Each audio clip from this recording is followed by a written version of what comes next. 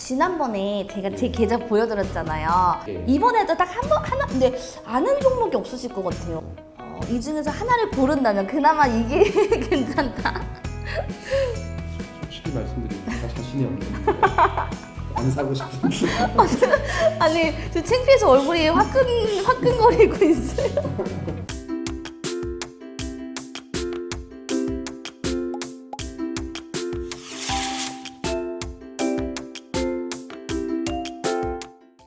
안녕하세요. 오늘은 제가 정말 어마어마하신 분을 만나러 왔습니다. 안녕하세요. 안녕하세요. 네, 네, 소개 이치원입니다. 한번 해주세요. 예, 저는 작년까지 한국투자밸류 자산 중에서 대표를 맡고 있다가 퇴임을 하고 지금 이제 고문을 맡고 있는 이채원이라고 합니다. 반갑습니다. 반갑습니다. 제가 정말 일개 주린인데 이렇게 대단하신 분을 만나러 와가지고 너무 떨리는데 사실은 이게 두 번째거든요. 정말 오디오가 잘못돼서. 근데 정말 감사하게도 이번에 한 번 더 수락을 해주셔가지고 정말 감사합니다. 별 말씀이요. 일채원 대표님을 만나러 오게 된 이유는요. 대표님 사실은 제가 이제 단기 트레이딩을 하고 있어요. 예. 이게 아시다시피 작년에 장이 좋아서 그냥 예. 뭐만 사도 뭐 지식 없이 사도 올라가는 장이었는데 예. 이제 좀 장이 좀 많이 어렵더라고요. 어떻게 보면 주식 권태기? 약간 이런 게 와서 좀 투자의 기본 마인드라든지 좀 기초적인 거 뭐 이런 예. 것들을 좀 유명하시잖아요. 가치 투자로 유명하시니까 예. 좀 알려달라고 부탁드리려고 왔습니다. 네.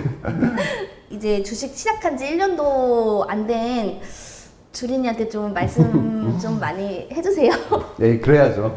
네, 일단은 가치 투자라는 거를 좀 알기 쉽게 예, 간단하게 설명을 해주세요. 우리가 이제 분류하는 방법에 있어서 투자에 임하는 자세나 태도, 마음가짐으로 봤을 때는 이 세상의 투자 전략은 이제 두 가지밖에 없는 거죠.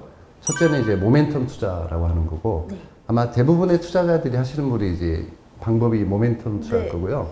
또 하나는 이제 제가 하고 있는 이제 가치 투자라고 하는 거예요. 근데 이게 다른 점이 뭐냐면 모멘텀 투자는 내재 가치보다는 네. 주가에 민감한 거고, 그러니까 올라갈 주식을 사는 거예요. 내일 올라갈 주식을 사는 거고, 내일 떨어질 것 같은 주식을 파는 거고, 경기가 좋아질 것 같으면 뭐 경기 민감주를 사고, 뭔가 미래에 대한 예측을 가지고 하는 거고요. 뭐 타이밍 매매라고도 해요. 근데 이런 전략은 좀 가치 투자는 한마디로 말씀드리면은 실제 그 기업이 가진 가치와 주가의 그 괴리를 취하는 전략이에요. 그 차이를. 제일 중요한 거는 체질에 맞아야 된다는 거죠. 이 세상에 누구한테나 맞는 어떤 최상의 전략은 존재하지 않아요. 왜냐하면 각각이 운영하는 자금의 성격도 다르고 본인의 성향도 다 다르잖아요. 네. 성격 급하신 분이 뭐 가치 투자한다고 이렇게 뭐 가치주 사가지고 몇 년을 기다릴 수가 없잖아요. 네. 근데 기다리다 못해가지고 뭐 제가 보기엔 대부분 올라가기 직전에 그걸 팔고 이제 다른 주식을 사셔서 오히려 손해를 보는 그런 경우를 너무 많이 봤거든요. 저같이 이제 소심하고 겁이 많고 나는 대박이 나기보다는 정말 돈을 잃는 게 너무너무 싫어요. 근데 어릴 때부터 위험한 짓 하는 거 너무 싫어가지고 이게 잘 아기 때도 이렇게 평상에 올려놓으면 전 안 떨어진대요. 기어다니다가 이렇게 손을 쳐오고 바닥에 보면 다시 뒤로 오고 그냥 조심스러운 편이었고 그래서 이런 성격이 맞으니까 이제 같이 투자하는 거고 할 수 없이 하는 거예요. 돈을 잃지 않기 위해서 모멘텀이 안 맞으니까 내 몸에. 그래서 가치 투자라는 걸 하고 있는 거죠. 근데 가치 투자라는 게 이제 그럼 시장에서 싸고 귀하고 소외돼 있지만 예.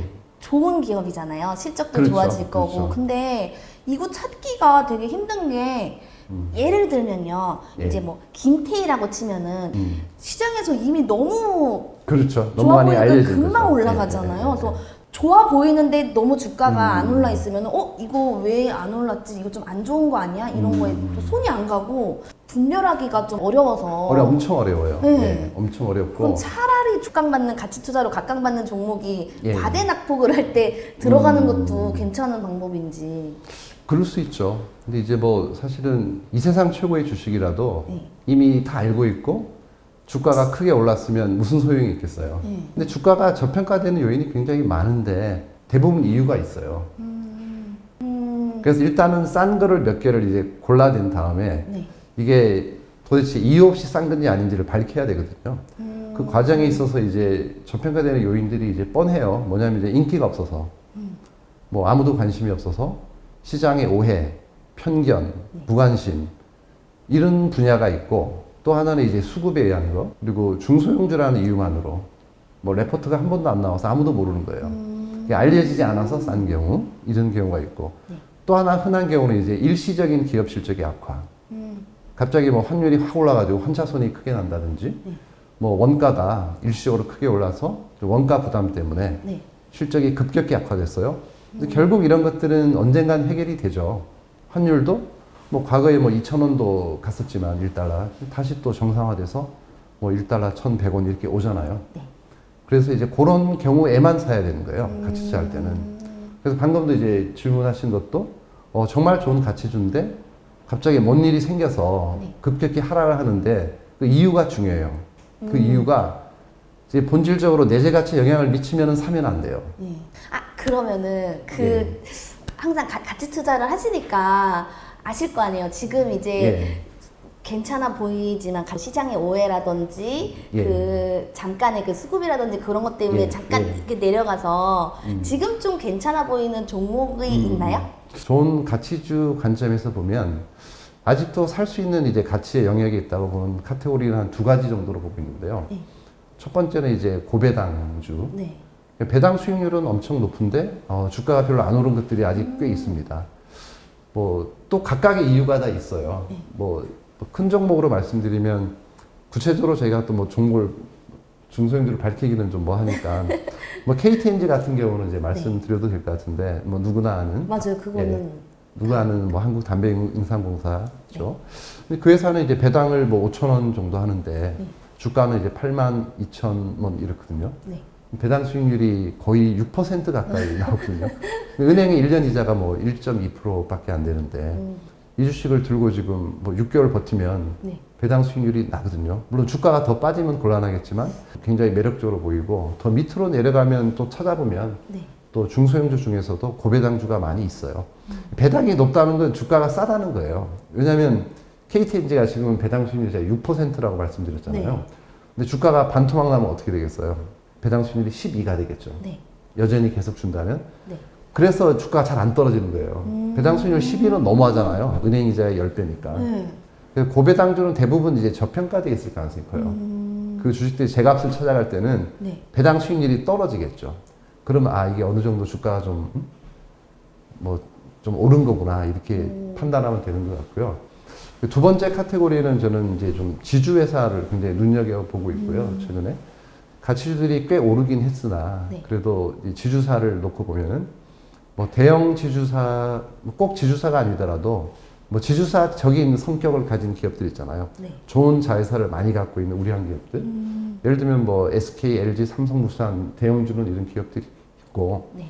특히 뭐 삼성물산 같은 경우는 뭐 자회사 삼성전자도 있고 네. 삼성바이오로직스도 있고 이제 우량 자회사를 많이 들고 있는 반면에 그 우량 자회사의 가치에 한 반값밖에 거래가 안 되고 있으니까 그럼 저평가되어 있다고 볼 수 있고 네. 더 밑으로 내려가면은 이제 중소 지주사 같은 경우는 PBR이 뭐 0.3대도 꽤 많아요. 그 기업의 가진 실제 가치가 1이라면 한 3분의 1에 거래가 되니까 이거는 좀 이유 없는 디스카운트라고 저는 생각하거든요. 지주사 같은 경우는 대부분 이제 분석할 때 그 애널리스트 분들이 이제 분석을 할 때 보니까 그 기업이 갖고 있는 자회사 가치를 평가할 때 네. 그걸 30% 디스카운트를 하더라고요. 근데 그 이유가 없어요, 논리가. 시장에 매물이 나온다 생각해 보세요. 다들 전 세계에서 아마 난리가 날 거거든요. 그러면 오히려 프리미엄을 줘야 되는데 SK 입장에서는 그렇게 따지면 지주사는 디스카운트 할 이유가 전혀 없고 오히려 프리미엄을 줘야 되는데 네. 지금 너무 심한 이제 디스카운트를 받고 있으니까 저는 가장 저평가된 카테고리는 좀 지주사랑 이제 배당이라고 생각하고요. 지난번에 제가 제 계좌 보여드렸잖아요. 예. 이번에도 딱 하나, 근데 아는 종목이 없으실 것 같아요. 없을 것 같기는 한데 10종목 있는데 어떤 게 중앙페인트, 미래에셋 벤처 투자랑 DPC, SBI 인베스트먼트, 중앙페인트 정도는 이제 아는 종목인데 네. 제가 깊이 있게 분석해봤던 종목은 없네요. 여기서. 이 중에서 하나를 고른다면 그나마 이게 괜찮다. 솔직히 말씀드리면 다 자신이 없는데 안 사고 싶은데. 아니 저 창피해서 얼굴이 화끈거리고 있어요. 아 너무 이게 어떻게 된 거냐면요. 이미 수익이 난 거는 네. 팔고 다 팔았잖아요. 이게 모멘텀 투자를 들어갔다가 물려가지고 비자발적 장투 가치 투자 뭐 이런 거. 창투사 열풍 몰아칠 때 좀 사셨나 봐요. 맞아요. 창투사 때 수익이 미래에셋 해가지고 근데 페인트 같은 경우도 이제 건설이랑은 엮이지 않나요? 괜찮지 않을까요? 근데 페인트도 회사마다 성격이 아주 달라요. 예. 아주 다릅니다. 예. 그래서 결론적으로는 한 종목도 없다는 거. 지금 제 포트폴리오에서는 한 종목도 없다는 거. 그때는 대형주하고 SL이 있었는데 예. 지금은 한 종목도 없다고 하십니다.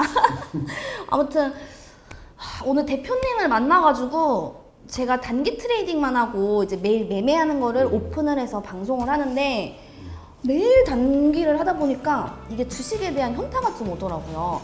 좀 좋은 주식을 계속 끌고 가고 싶은 마음도 있는데 이걸 누구한테 가치 투자를 주변에 하는 사람이 없어요.